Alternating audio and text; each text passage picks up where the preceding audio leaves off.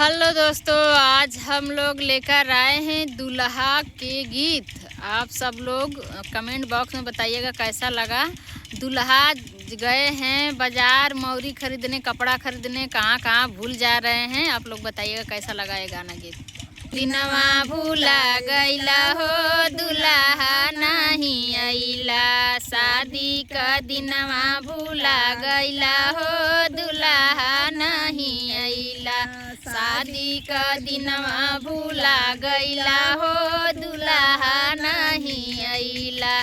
मौरी खरीदे गईला मलिया दुकनिया, मौरी खरीदे गईला मलिया दुकनिया, मौरी खरीदे गईला मलिया दुकनिया, मलिया के गलिया भूला गईला हो दूल्हा नहीं आइला, मलिया के गलिया भूला गईला हो दूल्हा नहीं आइला।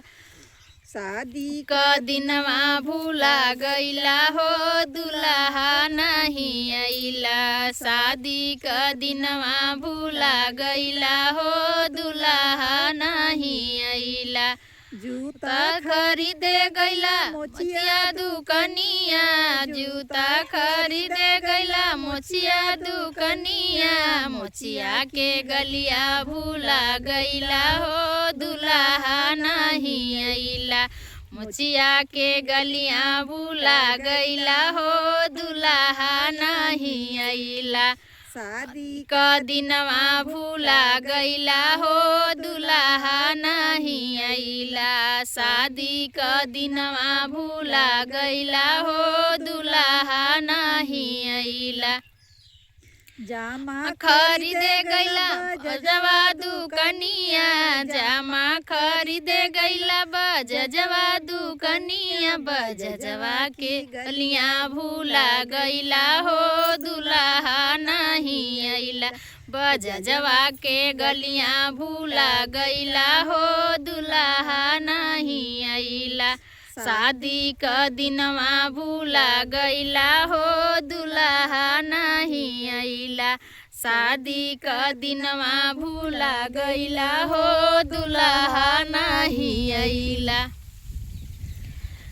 सेहरा खरीदे गईला मलिया दुकनिया, सेहरा खरीदे गईला मलिया दुकनिया, मलिया के गलियां भूला गईला हो दूल्हा नहीं आइला, मलिया के गलिया भूला गईला हो दूल्हा नहीं आइला।